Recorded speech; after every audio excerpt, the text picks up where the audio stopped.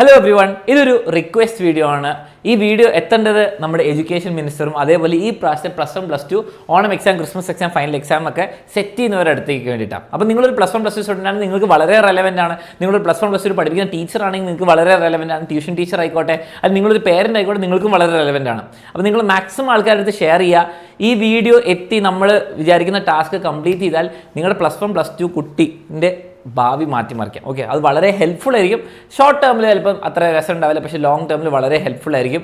And കഴിഞ്ഞ വർഷങ്ങളിൽ നടന്ന അനീതി ഈ പ്രാവശ്യത്തെ കുട്ടികൾക്ക് അടുത്ത് നടക്കാതിരിക്കാൻ വേണ്ടിയിട്ടാണ്. ഓക്കെ, അപ്പം വളരെ സിമ്പിൾ റിക്വസ്റ്റ് ആണ്. ഷോർട്ട് വേർഷൻ പറയുകയാണെങ്കിൽ +1 +2 ഫൈനൽ എക്സാമിൽ ഏത് ലെവലിലാണോ നടത്താൻ പ്ലാൻ, അതേ ലെവലിൽ തന്നെ ഓണം എക്സാമും ക്രിസ്മസ് എക്സാമും മോഡൽ എക്സാമും നടത്തുക. അത്രയുള്ള റിക്വസ്റ്റ്, വേറെ ഒരു റിക്വസ്റ്റും ഇല്ല. അപ്പോൾ എക്സാം പേപ്പർ സെറ്റ് ചെയ്യുന്നവരായിക്കോട്ടെ, ഡിപ്പാർട്ട്മെൻറ്റ് ആയിക്കോട്ടെ, പബ്ലിക് എക്സാം ടഫ് ആക്കുകയാണെങ്കിൽ മോഡൽ എക്സാമും ക്രിസ്മസ് എക്സാം, ഓണം എക്സാം അതേ ലെവലിൽ തന്നെ പ്ലീസ് പിടിക്കുക. ഇനി പബ്ലിക് എക്സാം നിങ്ങൾ ഏത് ലെവലാണോ പ്ലാൻ ചെയ്യുക അതേ ലെവലിൽ തന്നെ പിടിക്കുക. കാരണം അല്ലെങ്കിൽ കുറേ കുട്ടികളുടെ ഭാവി അതിലൂടെ നഷ്ടപ്പെടും. പബ്ലിക് എക്സാമിലെ മാർക്ക് മാത്രമാണ് എഫക്റ്റ് ചെയ്യാൻ പോകുന്നവർ. ഇവർ ഓണം എക്സാമും ക്രിസ്മസ് എക്സാമും ഒക്കെ സിമ്പിളായിട്ട് എഴുതി പോയാൽ പബ്ലിക് എക്സാം പെട്ടെന്ന് ടഫാക്കിയാൽ, കഴിഞ്ഞ വർഷങ്ങളിൽ കുറേ ഇൻസിഡൻസസ് നടന്നിട്ടുണ്ട്. ഈ പ്രാവശ്യത്തെ മാർക്ക് പെട്ടെന്ന് കീമിൽ അങ്ങനെ കൂട്ടുന്നു ഇങ്ങനെ കൂട്ടുന്നു പറയുമ്പോൾ അതും കൂടി കുട്ടികൾക്ക് എക്സ്ട്രാ ടെൻഷനായി. ഇതൊക്കെ എക്സാം എഴുതി കഴിഞ്ഞിട്ടും കൂടി ആകുമ്പോൾ അവർക്കൊന്നും ചെയ്യാൻ പറ്റില്ല.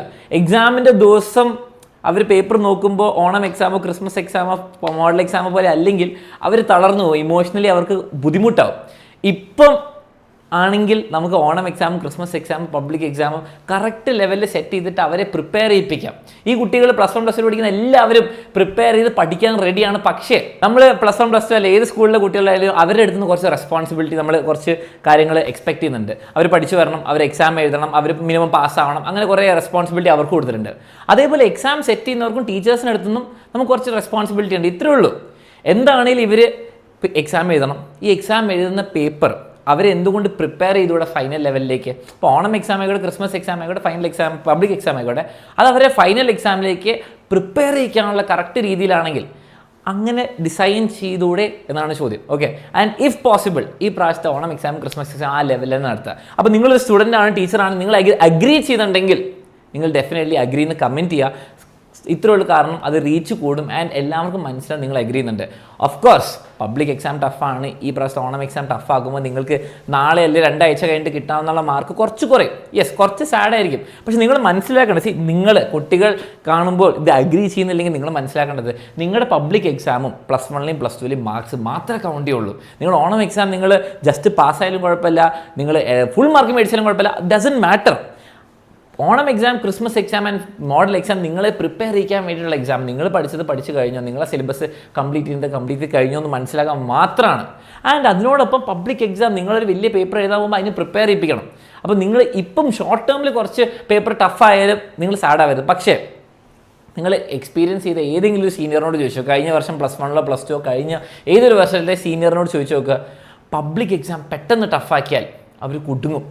നിങ്ങൾ പ്രിപ്പയർ ചെയ്യാത്ത ടൈപ്പ് ക്വസ്റ്റ്യൻസ് ആയിരിക്കും. ഒരിക്കലും ഞാൻ പറയുന്നില്ല ഔട്ട് ഓഫ് സിലബസ് ക്വസ്റ്റ്യൻസ് ആണെന്നോ, അല്ലെങ്കിൽ ഞാൻ എഡ്യൂക്കേഷൻ മിനിസ്റ്ററിനെയോ അല്ലെങ്കിൽ എഡ്യൂക്കേഷൻ ഡിപ്പാർട്ട്മെൻറ്റിനെ ഒന്നും കുറ്റം പറയില്ല പേപ്പർ ടഫാക്കുന്നത്. പേപ്പർ ടഫാക്കുന്നതിന് ഇന്നേ വരെ എക്സാമിനറിന് ഒരാളും പോലും അതിനെ ബ്ലെയിം ചെയ്തിട്ടില്ല, അതൊരു മോശം കാര്യമായിട്ട് പറഞ്ഞില്ല. പക്ഷേ നമ്മൾ ആകെ റിക്വസ്റ്റ് ചെയ്യുന്നത് പേപ്പർ ടഫ് ആക്കിക്കോ, പക്ഷേ അതിനായ പ്രീകേഴ്സർ നിങ്ങൾ മോഡൽ എക്സാമും ക്രിസ്മസ് എക്സാമും ഏത് എക്സാം ആയിക്കോട്ടെ അത് ടഫാക്കുക, ആ ലെവലിലാക്കുക. ടഫാക്കണം എന്നല്ല, ആ സെയിം ലെവലിലാക്കുക. സോ ദാറ്റ് കുട്ടിക്ക് എങ്ങനെ പ്രിപ്പയർ ആണെന്ന് മനസ്സിലാക്കാൻ വേണ്ടിയിട്ടാണ്.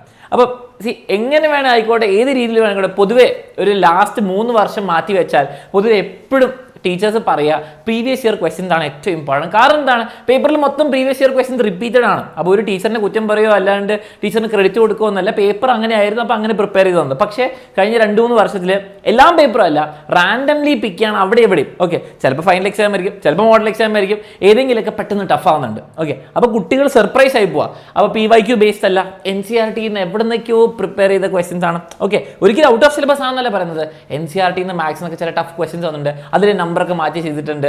കാരണം അത് ഇന്നേ വരെ PYQയിൽ വന്നിട്ടുണ്ടാവില്ല, വിച്ച് ഇസ് നോട്ട് റോങ്. പക്ഷേ അത് കുട്ടി അതിനു വേണ്ടിയുള്ള പ്രിപ്പറേഷൻ ലെവലിലല്ല വന്നിരിക്കുന്നത്, കുട്ടി PYQ ബേസ് ചെയ്തിട്ടായിരിക്കും വന്നിരിക്കുന്നത്. ഓക്കെ, പിന്നെ ന്യൂ പാറ്റേൺ ആയിക്കോട്ടെ, നിങ്ങൾ മാർക്കിംഗ് സ്കീം ചെറുതായിട്ട് മാറ്റിക്കോട്ടെ, ടഫർ ക്വസ്റ്റ്യൻസ് വന്നോട്ടെ, പക്ഷെ അത് ഓണം എക്സാം അല്ലേ പഠിക്കണം. ഇപ്പോൾ ടഫർ ക്വസ്റ്റ്യൻസ് ആയിക്കോട്ടെ, പക്ഷേ അത് ഓണം എക്സാം അല്ലേ പഠിച്ചാൽ കുട്ടി റെഡി ആയിരിക്കും. കുട്ടി ആദ്യത്തെ 5 ചാപ്റ്റർ പഠിച്ച് എക്സാം എഴുതുമ്പോൾ ടഫർ ക്വസ്റ്റ്യൻസ് പ്രിപ്പയർ ചെയ്ത് കണ്ടാൽ അത് ചിലപ്പോൾ ആ ഓണം എക്സാം ചിലപ്പം കുറച്ച് മോശമായിരിക്കും, പക്ഷേ ആ കുട്ടി അടുത്ത പ്രാവശ്യം ക്രിസ്മസ് എക്സാം അത് പഠിക്കും, അതിൻ്റെ ഫൈനൽ എക്സാം അതിനേക്കാളും പ്രിപ്പയർഡ് ആയിരിക്കും. അപ്പോൾ അത് തന്നെയല്ലേ ഇന്ത്യൻ ടീച്ചേഴ്സിനും പേരൻസിനും എഡ്യൂക്കേഷൻ ഡിപ്പാർട്ട്മെൻറ്റൊക്കെ വേണ്ട. കുട്ടികൾ നന്നായിട്ട് പ്രിപ്പയർ ചെയ്യണം, പക്ഷേ അവർ നന്നായിട്ട് പ്രിപ്പയർ ചെയ്ത് എക്സാം എഴുതണേ അവർക്ക് അറിയണം എന്ത് പ്രിപ്പയർ ചെയ്യണം. അതേപോലെ ടീച്ചേഴ്സിനും അറിയണം, ഞങ്ങൾക്കും അറിയണം ഇവർക്ക് എന്ത് ടൈപ്പ് എക്സാം വരാൻ പോകുന്നത്. പെട്ടെന്ന് ഫൈനൽ എക്സാം ടഫാക്കിയാൽ എല്ലാവരും കൊടുക്കും. അപ്പോൾ കുട്ടികൾക്ക് അങ്ങനത്തെ ഒരു സിറ്റുവേഷൻ ഈ പ്രാവശ്യം ഉണ്ടാവാതിരിക്കാൻ വേണ്ടിയിട്ടുള്ള റിക്വസ്റ്റ് ആണ്. അപ്പോൾ ഡെഫിനറ്റ്ലി മാക്സിമം ആൾക്കാർക്ക് ഷെയർ ചെയ്യുക. ആൻഡ് ഈ പ്രാവശ്യത്തെ Onam exam, Christmas exam, model എക്സാമും ഒരു സെയിം ലെവൽ, അല്ലെങ്കിൽ ടഫർ ആയിക്കോട്ടെ, പക്ഷേ same level as final exam ആവട്ടെ എന്നുള്ള റിക്വസ്റ്റോടെ ഞാൻ എൻഡ് ചെയ്യുന്നു. അപ്പോൾ നിങ്ങൾ അഗ്രി ചെയ്യുന്നുണ്ടെങ്കിൽ ഡെഫിനറ്റ്ലി അഗ്രി ചെയ്യുക, നിങ്ങൾ ഷെയർ ചെയ്യുക മാക്സിമം ആൾക്കാരുടെ അടുത്ത്. ആൻഡ് നിങ്ങൾ ഒരു സ്റ്റുഡൻ്റ് ആണെങ്കിൽ നിങ്ങൾക്ക് ചെയ്യാൻ പറ്റുന്നത്രേ ഉള്ളൂ, യു എക്സ്പെക്ട് ദ വേസ്റ്റ്. നിങ്ങൾ ഏറ്റവും ടഫസ്റ്റ് പേപ്പർ വരുന്നുള്ള എക്സ്പെക്ട് ചെയ്യുക. നിങ്ങളിപ്പോൾ എക്സാമിനർ ബാച്ചിലർ സ്റ്റുഡൻ്റ് ആണെങ്കിൽ നിങ്ങൾക്ക് ആപ്പിൽ നിങ്ങൾക്ക് വർക്ക്ഷീറ്റിലെ ക്വസ്റ്റൻസ് ഉണ്ട്, PYQs ഉണ്ട്, സെലക്റ്റഡ് NCERT ക്വസ്റ്റൻസ് ഉണ്ട്, CBSE ആണെങ്കിൽ CBSE കോൺട്രാക്ട് കുറേ ക്വസ്റ്റൻസ് ഉണ്ട്. അതൊക്കെ പ്രാക്ടീസ് ചെയ്യുക, നിങ്ങൾക്ക് കിട്ടുന്ന ടൈമിലൊക്കെ അത് പ്രാക്ടീസ് ചെയ്യുക. നിങ്ങൾ ട്യൂഷനിൽ പോകുന്ന കുട്ടിയാണ്, നിങ്ങളുടെ ട്യൂഷൻ ടീച്ചറിനോട് മാഷിനോട് എക്സ്ട്രാ ക്വസ്റ്റൻസ് ചോദിക്കുക, എക്സ്ട്രാ ബുക്കുകളിലുള്ള ക്വസ്റ്റൻസ് ചെയ്യുക. ആദ്യം ടെക്സ്റ്റ് ബുക്ക് തീർക്കും, ഒബ്വിയസ്ലി NCERT ക്വസ്റ്റൻസും എക്സാമ്പിൾസും കഴിഞ്ഞിട്ട് എക്സ്ട്രാ ക്വസ്റ്റൻസ് ചെയ്യുക. PYQs ഒരിക്കലും വിടരുത്, നല്ല PYQസും പഠിക്കുക.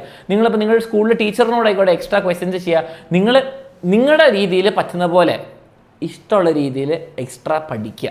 പേപ്പർ എങ്ങനെ വേണം വന്നാലും നിങ്ങൾ റെഡി ആയാൽ നിങ്ങൾ പിന്നെ ഇതൊന്നും ആലോചിക്കേണ്ട, ഓണം എക്സാം ക്രിസ്മസ് എക്സാം ഒന്നും ആലോചിക്കേണ്ട, നിങ്ങൾ മാക്സിമം പ്രിപ്പയർഡ് ആയിരിക്കുക. ഓക്കെ, അപ്പോൾ അതോടെ ഞാൻ ഈ വീഡിയോ അവസാനിക്കുന്നത്. മാക്സിമം ഫ്രണ്ട്സിനും ഫാമിലിക്കും ടീച്ചേഴ്സിനൊക്കെ ഷെയർ ചെയ്ത് ഹോപ്പ്ഫുള്ളി ഈ വീഡിയോ കൊണ്ട് നിങ്ങളുടെ പേപ്പർ സെറ്റിംഗ് ഈ വർഷം മുതൽ ആർക്കും ഒരു അനീതിയായിട്ട് തോന്നാതിരിക്കട്ടെ. അപ്പോൾ താങ്ക്സ് ഫോർ വാച്ചിങ്.